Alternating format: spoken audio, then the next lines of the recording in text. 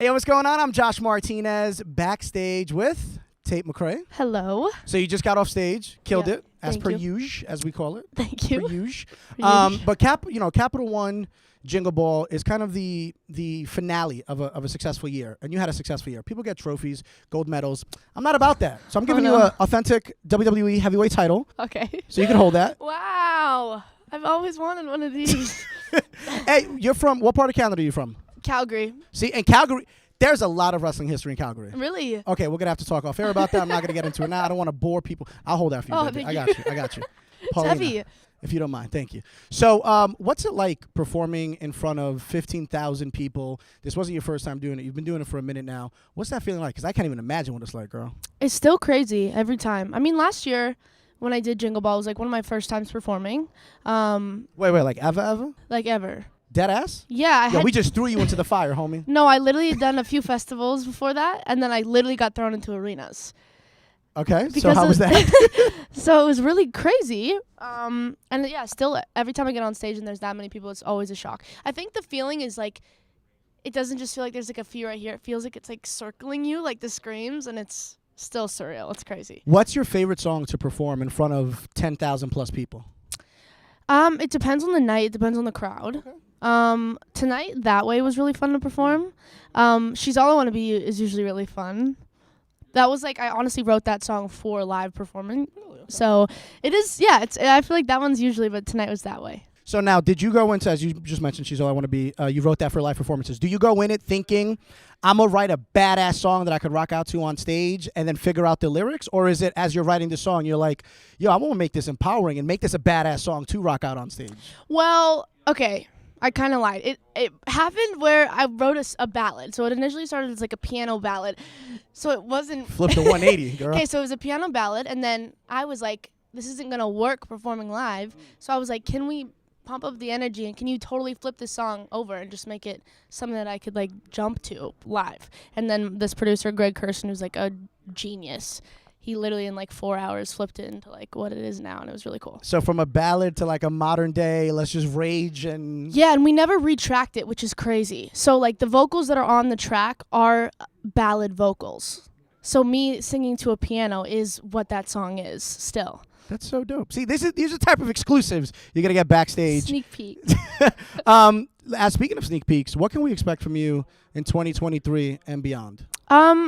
I'm really excited. I think I'm in a headspace now where I'm so ready to get into my next cycle of music.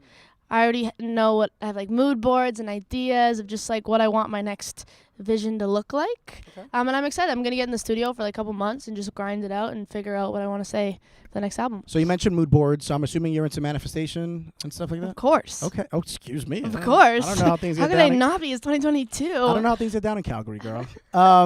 What would you say right now is number one manifesting, like your number one manifestation attempt, goal, if you will? Maintaining a good mindset. I think even living alone and, turning 19, I feel like you go through so many different emotions and feelings. It gets worse. Oh, good. Really? I didn't know it could get worse than this. No, I'm kidding. It's I feel like I'm just honestly trying to keep a positive outlook on everything, because I feel like in this industry, there's always a next goal that you want to get to, right? And I think my idea is just being present in everything that I'm doing and just creating what I love and what I really want to perform in 10 years. You mentioned headspace. I like to ask artists how they kind of bring themselves back to like even keel, because when you're really high, you got to come down, and when you're really low, it's hard to come back up. So Right. what do you do? What type of support system do you have to kind of get back to that mental even My space? family is number one. Yeah, I think it's like hard to trust people, and the only people that I will honestly look at and they'll tell me the dead truth is always my mom and my dad, and they always keep me really, really grounded. So. Is that with music too? Oh my God, with everything. They like to keep me really far close to the ground. What is the worst critique you got from one of your parents when it comes to you sending them the music? Oh, my parents are brutal. My dad won't even respond, and then I'll be like, he'll like read it, and then I'll call him and be like, okay, why didn't you respond to my message? And he's like, Tate, just like, you've done better lyrics, you've done better songs. And I'm like, oh my God, you're literally breaking apart this song. And I'm like, you're not the writer. Anyway, my grandpa's worse. He's German and he's Okay. really harsh. So But what, like, is that coming from, like, he just doesn't understand the music of today? Do you think it is, or is he just like he wants the best for you and knows more songwriting than you?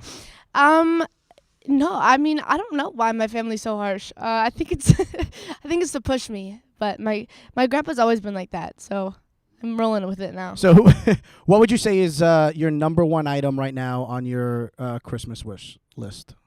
I said that right. Yeah. We're Christmas. not doing gifts this year, actually. Why? Who's broke? Because Somebody's broke. This is why. Because last year my grandpa gave me a fruit salad for Christmas.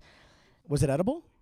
Yeah, but like who does that? Like I he take that literally back. Fruit salad's not edible. he literally trash. like wrapped the fruit salad under the Christmas tree and gave it to me, like super weird.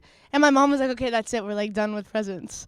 So what would you ask, let's say, somebody that's not related to you for a gift? Like, is there anything that you're like, you know what, this is what I want? I would ask for a headband. I don't know why I've been like really wanting a nice headband.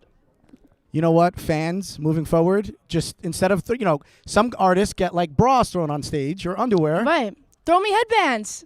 sparkly ones. Okay. Maybe some with the Calgary Flames logo on it. Right. I'm just throwing it out there. Okay. One more time, Tate McRae, we appreciate you stopping by. Thank you. Nice talking to you. Likewise, it's all love.